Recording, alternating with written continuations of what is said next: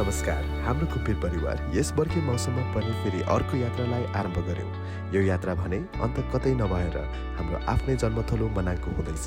मनाङ जानलाई सधैँ काठमाडौँदेखि लमजुङको बेसी सहरसम्म कुनै न कुनै सवारी साधनबाट सवार गर्नुपर्ने भएकोले हामीले बसलाई छनौट गर्यौँ। किनभने अरू हलुका साधनहरूभन्दा बसबाट यात्रा गर्नुमा जोखिम अलिक कमै हुन्छ भन्ने हाम्रो विश्वास हुने रहेछ। बसको यात्रा सबेरै 7 बजेबाट भयो। बिहानको चिया खाजा बाटोमै खाई हाम्रा यात्रालाई सुचारू हुँदै गर्दा आकाशबाट पानी बर्सिन थालेपछि हाम्रा मनहरूमा भने केही डर त्रासको भाव सिर्जना पक्कै हुँदो रहेछ। बाटोमा कहीँ कतै पहिरोले अवरोध सिर्जना गर्ने हो कि भन्ने, तर झरी भने क्षणिक मात्र भएकोले त्यस पश्चात वातावरण झनै सफा भई हरियाली फाँटहरू देख्न पाउँदा त आहा, हाम्रो भूमि अति सुन्दर भन्ने महसुस फेरि पनि गराउँदो रहेछ। कठिनाई बाटोको बावजुद पनि यस बसका धनी तथा चालक गच्चेकले दाइको कुशल चलाइले सुरक्षितका साथ बेसी सहरमा पुग्न सफल भयो। बाटो अप्ठ्यारो भए तापनि राम्रै समयमा गन्तव्य पुग्न पाएकोमा राहतको सास फेर्यो।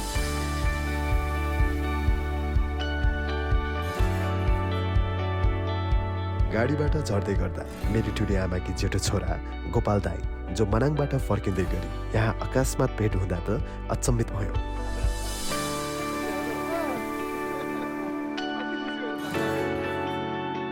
आजको यात्रा पनि एकदमै आरामदायक, सुरक्षितसँग बेसरमा सफलतापूर्वक पाइयो। एकदम खुसी लाग्यो।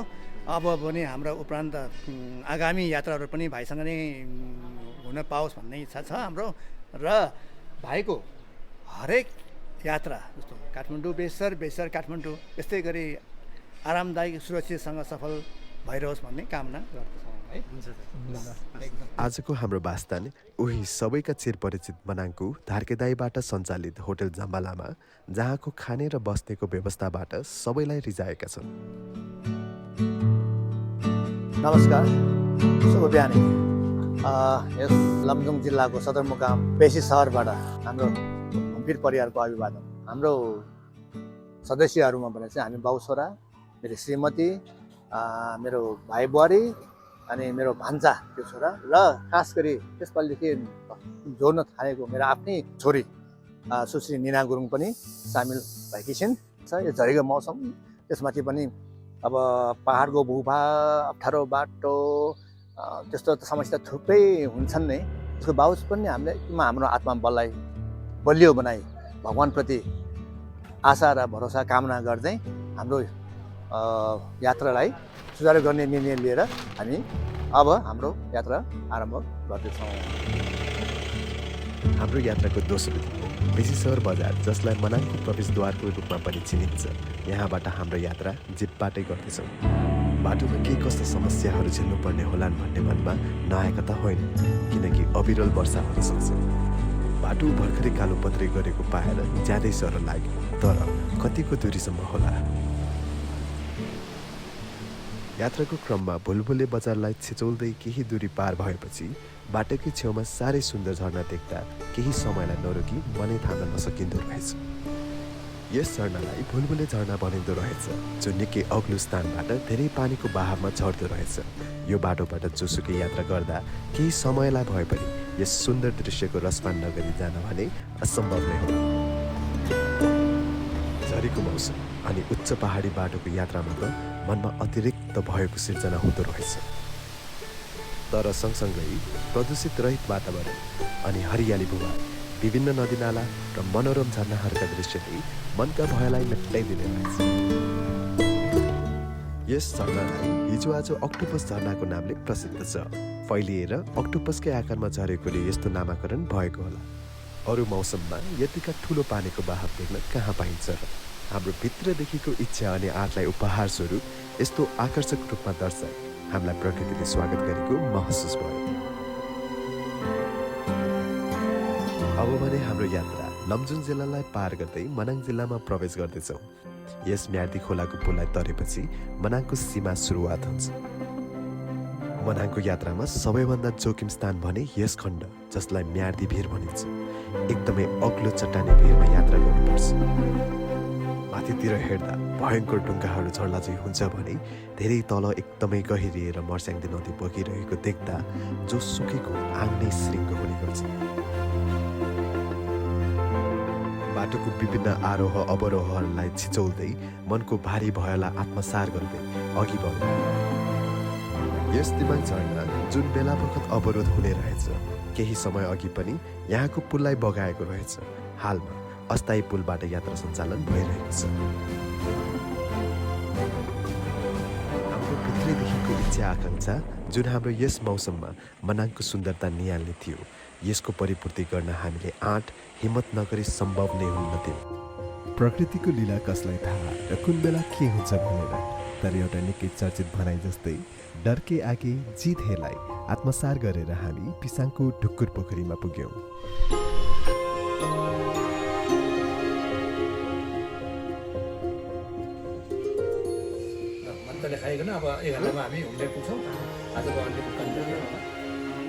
मर्स्याङ्दी नदीलाई दायाँतिर पारी हरियाली वनको माझेबाट ठुलो फाँटमा सरल बाटोमा सवारी चलाउँदा क्या आनन्द लाग्ने। केही समय अघिसम्म पनि मनाङ जानलाई निकै सकस पर्ने बाटोलाई हालमा पनि सक्षम जनप्रतिनिधिहरूको योगदान र बन्दै गरेका विद्युतका आयोजनाहरूबाट बाटोको धेरै सुधार भएको छ। आजको हाम्रो अन्तिम गन्तव्य, जहाँ हाम्रा धेरै आफन्तहरू हुनुभएका अति मनमोहक स्थान हुम्डेको परिसरमा टेक्दा त अब भने हाम्रो लक्ष्य पूर्ण भएको महसुस भयो। अनि हुम्डेमा आइपुग्यौँ। आमामा बिहान 7:30 बजी बेसरबाट हिँडेको, अहिले 4:30 भनेपछि झन्डै 9-10 घन्टा आमामाको समय लाग्यो। बाटो खासै नराम्रो रहेनछ, बाटो राम्रै थियो, सहजै रूपमा आयो। तर हाम्रो चाहिँ समय लाग्ने भन्ने चाहिँ अब भिडियो खिच्दा फोटो खिच्दै गर्दा ठाउँ ठाउँमा बस्दै आउँदा बिस्तारै आउँदा चाहिँ समय लाग्यो मात्रै हो। बिचमा खाजा खानु पर्यो, खाना खानु पर्यो र यहाँ एकदमै राम्रोसँग आइपुग्न पाएकोमा र यहाँका परिवारहरूसँग आफन्तहरूसँग भेटघाट हुँदैछ। एकदमै सुख सुविधासँग राम्रोसँग आइपुग्यो। यसको लागि हाम्रो गाडीको भाइलाई नै आभारी व्यक्त गर्दछौँ।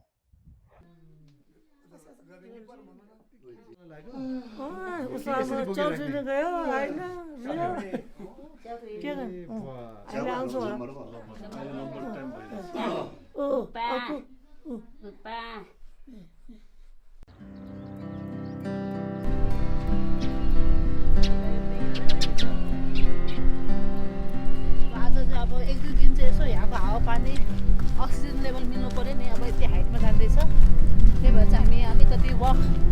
अनि हुम्डेमा चाहिँ अहिले यो टुरिस्टको ट्र्याक नयाँ खोलेको रहेछ, बाटो नयाँ बनाएको रहेछ ट्रेकिङको लागि। त्यो बाटो यसो हेर्न जानु लागेको।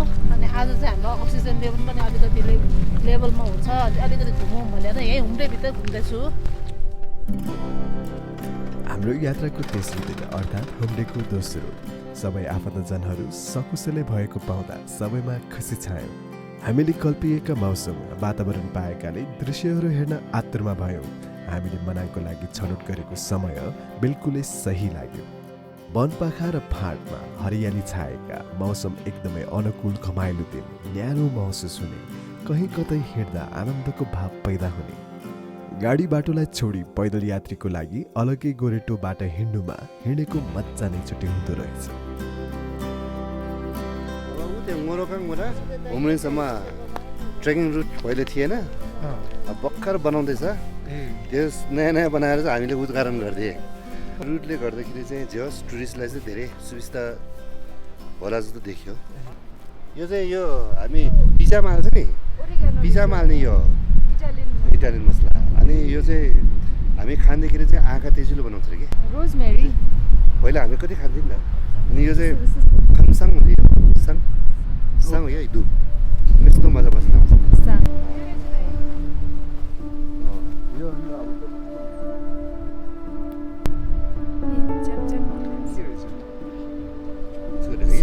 जस्तो कि यो भित्रबाट ज्वरो आउँछ नि, त्यो चाहिँ टाँच्ने हो कि, कस्तो मजाले टाँच्यो। यहाँ सबै चिज टाँच्ने हो त। सुपर ग्लु अनि सुपर ग्लु चाहिँ अलिक स्ट्रङ हुन्छ, त्यस्तै हो। यहाँ प्रदूषण रहित वातावरण त छँदैछ र खास गरी विभिन्न उपयोगी जडीबुटीहरू, धुपधुपीहरू लगायत विभिन्न फलफुलहरू पनि प्रशस्तै अहिलेको समयमा पाइन्छन्।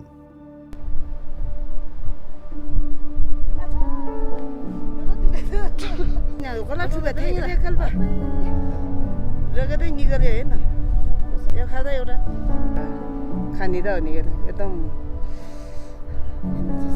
अमिलो यस फललाई अङ्ग्रेजीमा सीबर्ग थोर्न भनिन्छ भने स्थानीयहरूले तिर्च्यु चेर्किन आदि नामले चिनिन्छ यो फाँटहरूमा आफै उम्रिएर फलिरहेका हुन्छन् यसको स्वाद भने ज्यादा अमिलो हुने भएकोले यसको जुस बनाएर सेवन गर्ने गर्छन् यसको बोटमा एकदम तीखो काँडा हुने भएर फललाई टिप्दा एकदम सावधानी अपनाउनु पर्छ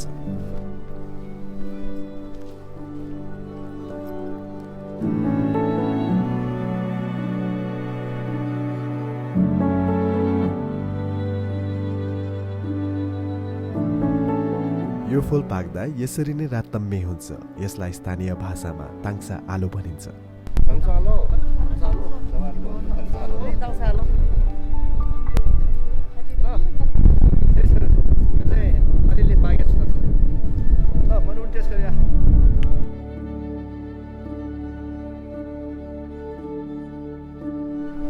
मिठो रहेछ भाइ आमालाई सेम रहेछ फर्स्ट टाइम खायो एकदम मिठो रहेछ आमालाई सेम बुवा आमाहरू ससाना हुँदा यसलाई खाना मरेहत्ते गर्नुहुन्थ्यो सायद त्यस बेला खानेकुराको अभावले होला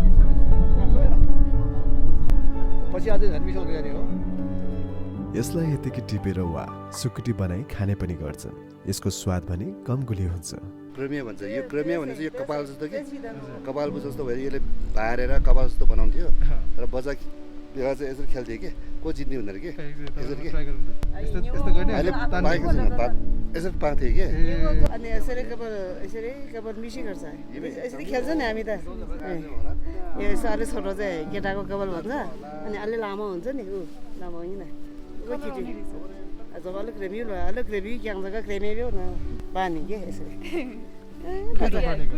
पचा बेलामा त कस्तो मजा गरी खेल्यो भयो त ल अब त हामी दुईजना को चिज छ हेरौँ मेरो ठुलो छ त एकदमै चिज छ होला यो रहेछ एकछिनै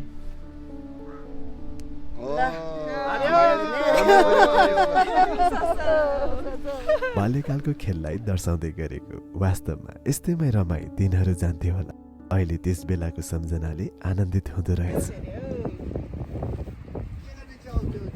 खाने हो खान मिल्छ यो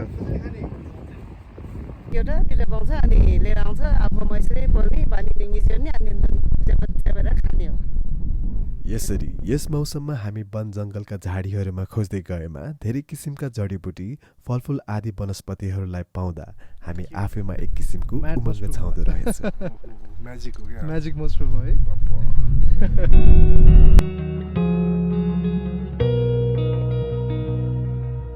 तारा खेल भन्छ र हाम्रो यहाँको लोकल भाषाले चाहिँ मेथा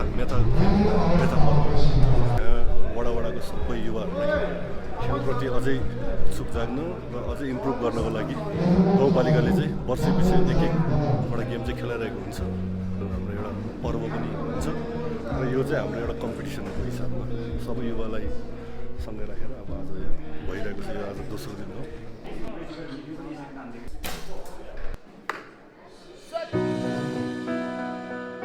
हाम्रो बसाइको क्रममा स्थानीय युवाहरूका तारा खेल प्रतियोगिता हेर्ने शुभ अवसर प्राप्त भयो यो खेल प्राय पहाडी भेगमा खेल्ने गरे तापनि हालमा धेरैका प्रिय नै भइसकेका छन् हामी पनि काठमाडौँमा समय समयमा खेल्ने गर्दछौँ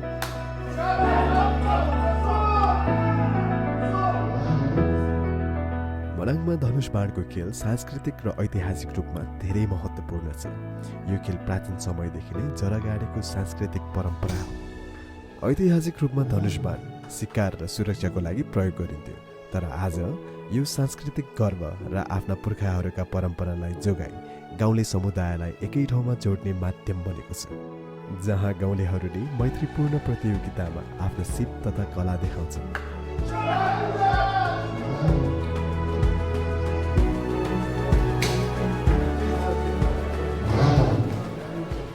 परापूर्वदेखि प्रयोग गर्दै आएका बाँसको धनुष बाणलाई विस्थापित गरी धातुका साधनले प्रवेश पाएका छन् यस साधनको प्रयोग विदेशमा धेरै अघिदेखि नै भए तापनि नेपालमा भने करिब 20-22 वर्ष अघि काठमाडौँमा मात्र प्रयोग गरिएको देखियो तर अब भने नेपालका धेरै भूभागहरूमा पुगिसकेका रहेछ यसरी यस्ता प्रतियोगिताहरू समय समयमा भइराख्ने उत्तम कार्य पनि हो कि यसले मान्छेमा भएको सिप र कलालाई उजागर गराउनुको साथै अझै तिखार्ने समयको अवसर प्राप्त हुन्छ।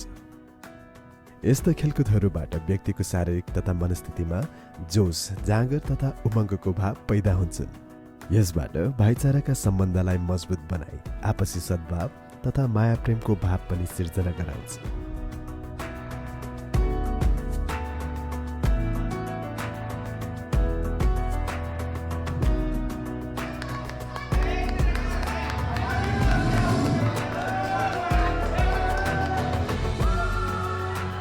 नौवटा समूहका कुशल खेलाडीहरूले देखाएका उत्कृष्ट खेलमा हुम्डेका हाम्रा दाइहरूको समूहले अङ्कमा अग्रणी स्थान पुग्नु भई विजय हासिल गर्नुभएकोमा धेरै धेरै बधाई ज्ञापन गर्दछु र रबिन दालाई जो यस प्रतियोगितामा उत्कृष्ट खेलाडी हुनु सफल हुनुभएकोमा।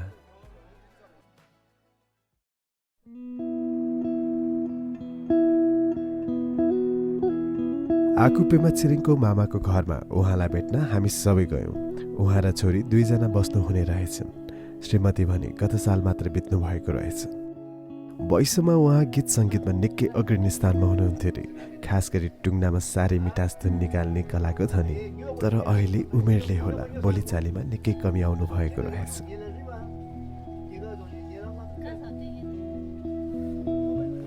गाउँको घर सानै भए पनि सफा सुगर अनि आँगनमा विभिन्न किसिमका सुन्दर फुलहरू लटरम्मै फुलिरहेका।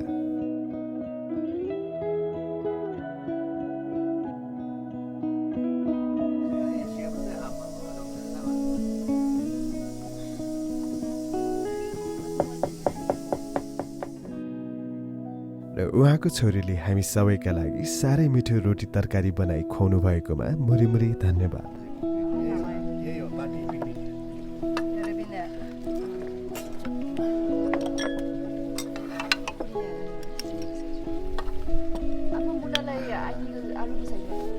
यही सुन्दरतामा रमाउनकै लागि आएका हौ र हो साँच्चै नै हाम्रो भूमि अत्यन्त मनोरम छ। 1-2 पटक मात्र होइन, बारम्बार आउने प्रेरित गर्दछ।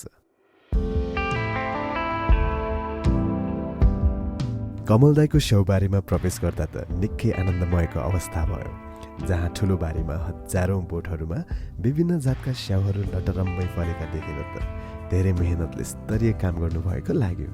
अथाह परिश्रम बिना यस्तो अवस्थामा पुग्न पक्कै सकिँदैन होला। जाने बेलामा पात जति चाहिँ सब झराएर जानुपर्ने रहेछ। पात राखिदियो भने चाहिँ हिउँदोमा नि यिनीहरूलाई भएर बसिराख्ने रहेछ। कुनै बोट मर्ने चान्सेस, कुनै अहिले बल्ल पात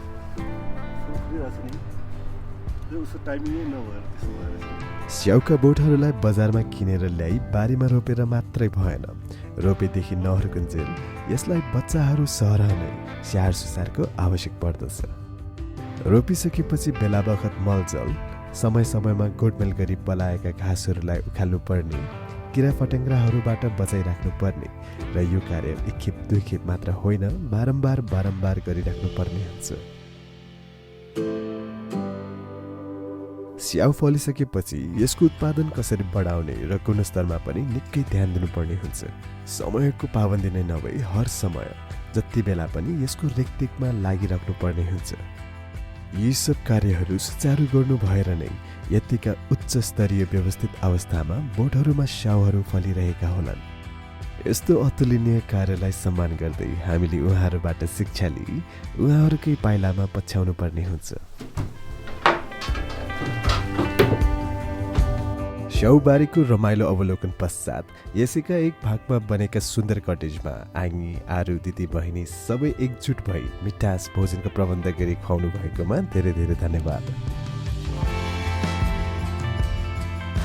यस मिठास, रमाइलो अनि सुनौलो क्षणलाई हाम्रो मनस्पटलबाट कहिल्यै हट्ने छैन। धेरै आफन्तजनमाझ यसरी रमाइलो दिन व्यतीत गर्ने अवसर जुटेकोमा यहाँहरूप्रति आभारी भएका छौँ। सबैका स्वास्थ्यमा कुशली रहोस् र आगामी दिनहरूमा हामी फेरि यसरी भेला भई सुखदका साथ व्यतीत गर्न पाऊँ भनी भगवानसँग कामना गर्दछु। कहिले पुगे छैन, राम्रो ठाउँ छ भन्छ, उनीहरूले जाऊ भन्छ, जाने हो। नाङसङ त्यो पनि पहिलाको गोर्खा नै हो। अहिले त्यहाँ मान्छे छैन। हामी चाहिँ आज त्यहाँ बिताउने योजना बनाएर हामी जाँदैछौँ। अब हाम्रो आजको दिउँसो खाना त्यहाँ ढेँडो भात खाइन्छ एकदमै राम्रो ठाउँ छ त्यहाँबाट धेरै ठाउँहरूको दृश्य हेर्न पाइन्छ देखिन्छ र आज एकदम त्यहाँ भरपुर आनन्द लिइकन साँझ भएको चाहिँ हामी घुम्नेमै फर्किन्छौँ ससाना स्कुले नानीहरूलाई उनीहरूको विद्यालयमा प्रवेश गराउँदै हामी आफ्नो गन्तव्यतिर अघि बढ्यौँ। बाई बाई बाई बाई गर्नु बाई बाई नानी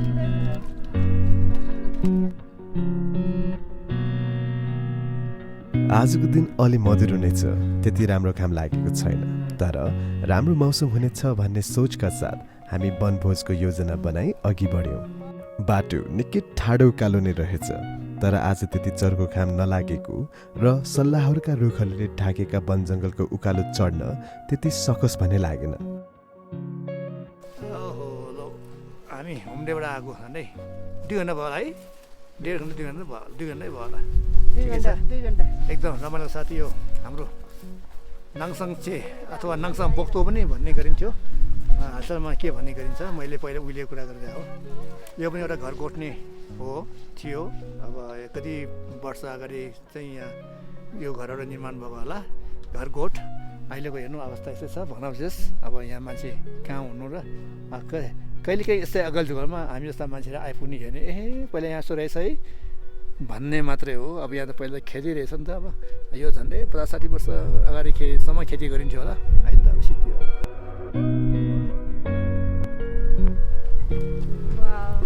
नाङसाङ आइपुग्यो है। हामी धेरैजना छौँ र रमाइलो स्थानमा जाँदै गरेकोले होला यत्रो ठाडो उकालोलाई चढ्न खासै धेरै समय लागेको भानै भएन। यहाँ पाउँछ फोपले? पाउँछ अहिले हामी जाने हो सबैजना? जाने अब फोपले टिप्ने कौली चाउ टिप्ने उनी त मृगको खुट्टा जस्तो भइरहेको हाम्रो मान्छेहरू चाहिँ पो भन्छ मृगलाई ऊ माथि त्यो खोला छ नि त हो त्यहाँ जाने भन्छ जङ्गली। नाङसाङ बोक्तो भन्दा पनि अझ केही माथिमा अवस्थित नाङक्युङ डाँडाबाट झनै रमाइला दृश्यहरू देख्न सकिने भएकाले हामी त्यसै स्थानमा गएर बस्ने निधो गर्यौँ।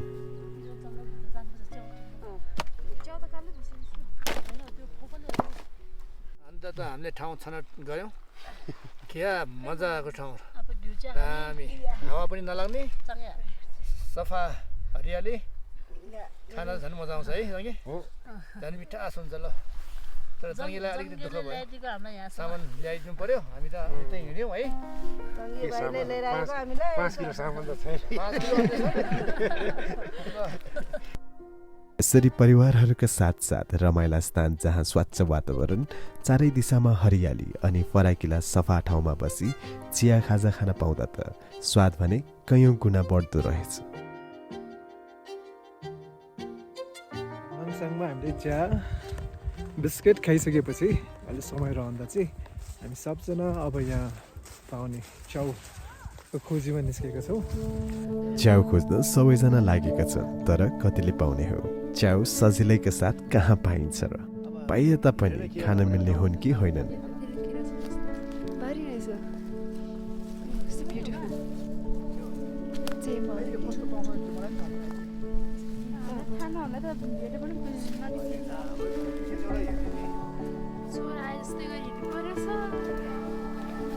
फोपले यो त कति धेरै एक पिसमा त मृग कस्तो खुट्टा भएर भन्छ, तर खै धेरै भयो भने चाहिँ मसिनो भयो भने चाहिँ त्यस्तो देख्यो होला क्या।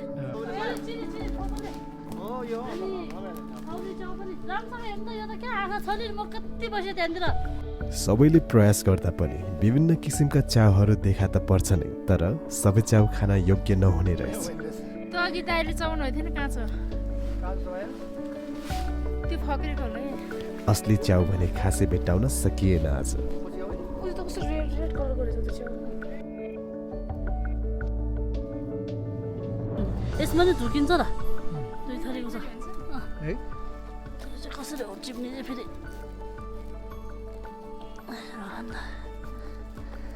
कौली च्याउ आज भुटेर खानुपर्छ। अझै कति ठुलो पाउँछ यो सानो, यो त रातो सानो फल्दैछ है। त्यो चाहिँ कस्तो त्यो नराम्रो खालको खान नमिल्ने। धेरै छेउ पाउने आशामा यस्तो भिरालो बाटो हुँदै बाक्लै काँडेझारी वनमा छिरिकन निकै समय चाहर्दा पनि केही उपलब्धि नभएर पछि रेत्दै फर्किनु पर्यो। हामीभन्दा अगाडि मान्छेहरू पुगी सखापै पारिसकेको हामीले अनुभव गर्यौँ। त्यो डाँडा यसलाई के भन्छ नङक्योङ अथवा के नाम छ यसको ठ्याक्कै उच्चारण मैले गर्न जानिनँ। यस्तो दाउरा पनि बोलिरहेको रहेछ, पानी पनि यहाँ नजिकै रहेछ, चुलो पनि रहेछ। यहाँ हामी चाहिँ ढेँडो पकाएर फापरको खाने विचारमा थियौँ। पानी पनि अलिअलि सिमसिम पर्थ्यो र अलि हावा लाग्दछ। हाम्रो आजको मूल उद्देश्य पनि यस रमाइलो स्वच्छ स्थानमा वनभोज गर्ने नै हो। भोज भनेको अनेकौँ किसिमका परिकारहरू आवश्यक नै पर्छ भन्ने नरहेछ। बस हामी धेरै आफन्तजनसँगै यस्तै रमाइला स्थानमा जे जस्तो खाए तापनि स्वादमा बडो मिठासपूर्ण र माया प्रेमको वातावरण सिर्जना हुँदो रहेछ।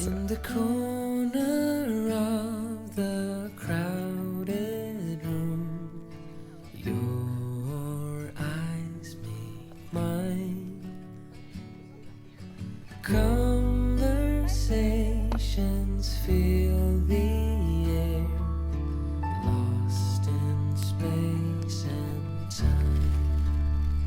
I don't ask for your name, it's already carved in the air. हाम्रो जङ्गे दाइले पँधेरोबाट ढेँडोको लागि आवश्यक पानी ल्याइदिनु भएपछि हाम्री आमाले बडो जाँगरकै साथ ढेँडो बनाउन तयारी थाल्नुभयो।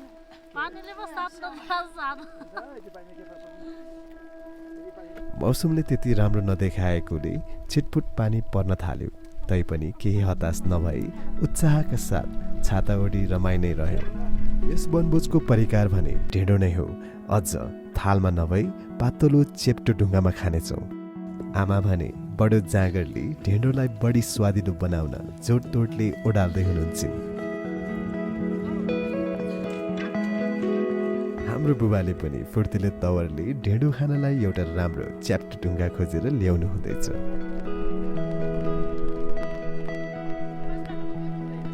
यो परिकार भने हिमाली पहाडी भेगका मानिसहरूले खाने परम्परागत रूपमा प्रचलित स्थानीय खाना हो। कोदो, मकै, फापर वा गहुँको पिठोबाट बनाइन्छ। अब ढेँडो पनि तयार भएर खानालाई आतुर नै भयो। ढेँडोको साथमा सुकुटी, मरमसला, अनेक थरीका र खुर्सानी आदिलाई मिसाई झोल बनाई खाँदा त वाओ, क्या गजबको स्वाद। हामीलाई यही तरिकाले खानुमा बढी स्वादिलो हुन्छ। तर कतिपयले भने दाल, तरकारी र मासुसँग खाने गर्छन्।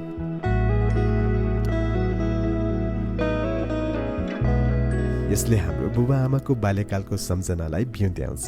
बाल्यकालमा खेतीपाती, घाँस दाउरा या वस्तु गोठालो गर्दा यस्तै ढुङ्गामा खाने गर्नुहुन्थ्यो। त्यसबेला अभावको बाध्यताले हो भने अहिले रहरले र बढी स्वादिलो लाग्ने भएर नै।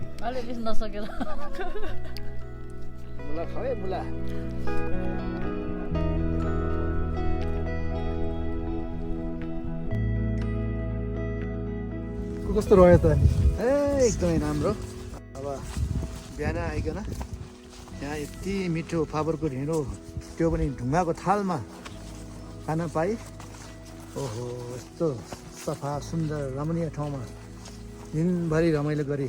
अब सिमसिम पानी पनि परिरहेछ र अब त्यो भएर हामी अलिकति बस्ने अझै एक डेढ घन्टा बस्ने इच्छा थियो। र पानी अलिअलि सिमसिम परेको हुनाले हामी अब तल झर्दैछौँ। ल अब परालो छ, एकैछिनमा हामी हुम्लेमा पुगिन्छौँ। ल त हुम्लेको फेदेको ठुलो फाँटमा जहाँ सल्लाहका घना वनले घेरिएको माझमा एउटा आकर्षक पोखरीको निर्माण गरिएको रहेछ।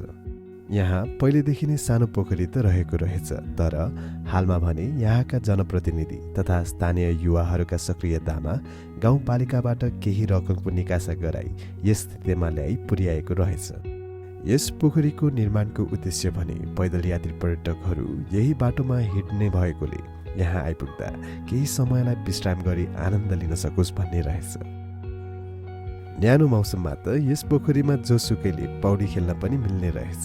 हामी पनि यसको वरिपरि परिक्रमा गर्दै यसको सुन्दरता निहाल्दै मन्त्रमुग्ध भएका छौँ।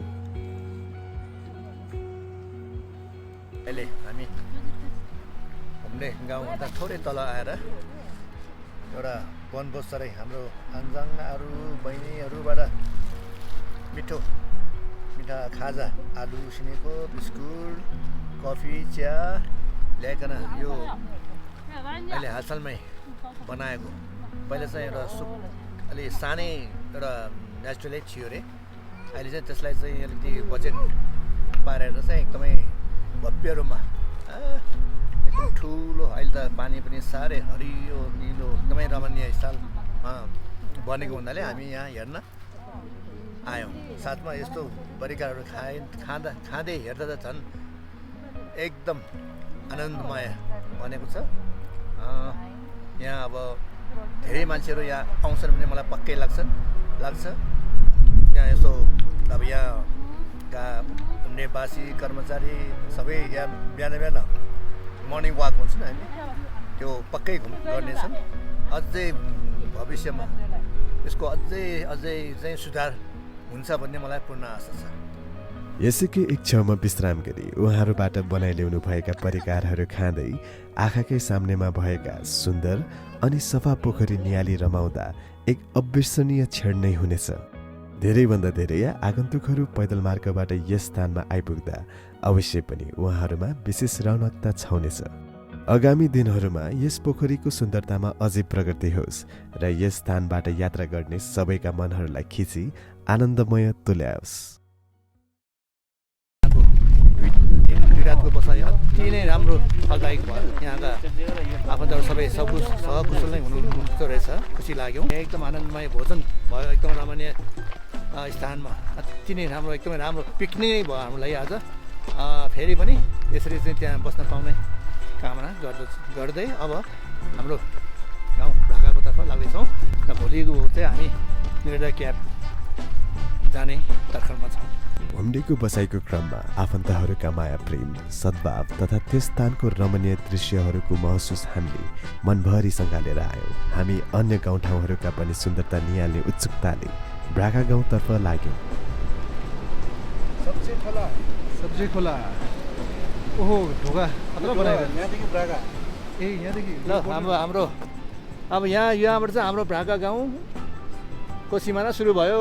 ल हामी हाम्रो गाउँमा टेक्यौँ। ब्राकाका सिमानाका सुरुवातमै सब्जी स्याउ फार्मले सञ्चालन गरेको यो फार्म जहाँ हजार स्याउका बोटहरूमा विभिन्न जातका स्याउहरू लटरम्मै फलिरहेको देख्दा त हामी आफैमा लाग्ने के गरे के नै सकिन्न र भन्ने र लामो समयदेखि काठमाडौँमा बस्दै आएका महानुभावहरूबाट आफ्नो थलोमा यसरी लगानी गर्नु महानता नै हो। यसबाट देशलाई टेवा पुर्याउनुको साथै स्थानीयहरूमा पनि रोजगारका सिर्जना गराउँछ। सब्जी फार्म आइपुग्यो। ढुङ्गाको धेरै प्रयोग भयो, होटल बन्यो, घर बन्यो नयाँ। अब खोलाबाट ढुङ्गाहरू निकाल्दै गऱ्यो। त्यसपछि अब पानीले कटान गऱ्यो। अब दायाँ बायाँ कटान गऱ्यो। खोला भाग साह्रै फराकिलो फिच्यो। अब यस्तो फिल भइरहेछ अहिले। मूल ब्राका गाउँ पुग्नु अगावै एउटा सुन्दर बस्तीमा आइपुग्यौँ जसलाई मुङ्जी भनिन्छ। यहाँ पनि हाम्रा धेरै आफन्तहरू बसोबास गर्दै हुनुहुन्छ। यहाँका धेरै सुन्दर घरहरू मध्येमा हाम्रा आरुसिनरको घरमा केही समयलाई विश्राम गरी चिया खाजाको व्यवस्था गरिदिनु भयो र यहाँ हुनुभएका सबैमा सकुशलै हुनुभएका पायौँ। अरू दुइटा लिन्छ है म त, मलाई खास एकदम मनपर्छ।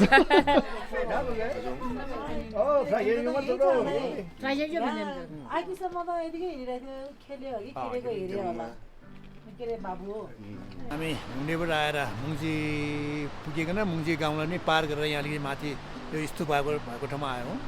हाम्रो बाल्यकालमा यसलाई पोइँछिराको स्तूपा भन्दो रहेछ। त्यो पोइँछिराको अर्थ चाहिँ खास मलाई चाहिँ त्यति चाहिँ जानकारी भएन। र के बच्चामा हामी के गर्छौँ, यो स्तूपा चाहिँ एउटा लामाबाट निर्मित भएको। त्यो लामा चाहिँ यो चोर भन्दो रहेछ। अब कहाँबाट सुन्यो, कहाँबाट कताबाट आएको यस्तो कुराहरू चाहिँ चोर भनेर चोर लामाबाट बनेको हुनाले यसलाई भत्काउनुपर्छ भनेर हामी यहाँ ढुङ्गा हान्ने गर्थ्यौँ यसको टुप्पोमा चाहिँ। हेर कस्तो कार्य है। अब यो कुरा त सत्य त के हुनु, अब एउटा लैलैमा लागेर यस्तै यसरी गरेको एकदमै ताजा याद छ अहिलेसम्म।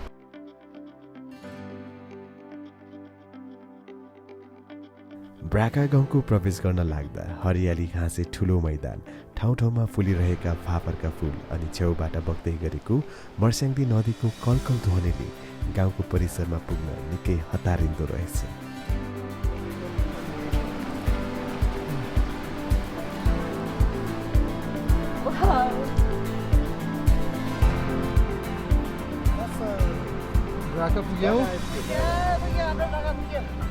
गाउँमै प्रवेश गर्दा त सबैमा हर्षित छाएका छन्। हुन पनि हो, स्वर्ग चाहिँ सुन्दर आफ्नै गाउँथलो पुग्न पाउँदा कसलाई खुसी हुन्न र।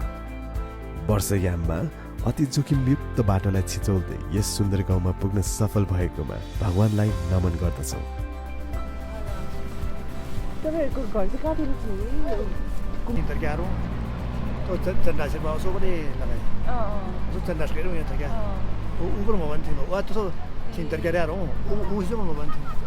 पाँचवटा छवटा घर मिलाएर बल्ल यति भएको। अन्ततः हाम्रो जन्मथलो आफ्नो गाउँ ब्राकामा प्रवेश गऱ्यौँ। कति राम्रो सुन्दर गाउँ। ल हामी आज केही दिनसम्म यहाँ बस्छौँ, विभिन्न ठाउँहरूमा घुम्छौँ, रमाइलो गर्छौँ, माया गर्छौँ आफ्नो गाउँलाई। होटल बुद्धमा बस्छौँ आजको होइन, हामी एक दिनको बास यहीँ हुन्छौँ। यो चाहिँ आमाको एकदम जिग्री सखीको होटल हो, राम्रो छ। हामी ब्राकामा पुगी हाम्री आमथेपति कियोङमालाई उहाँकी होटलमा भेट्न आतुरतामा भयौँ।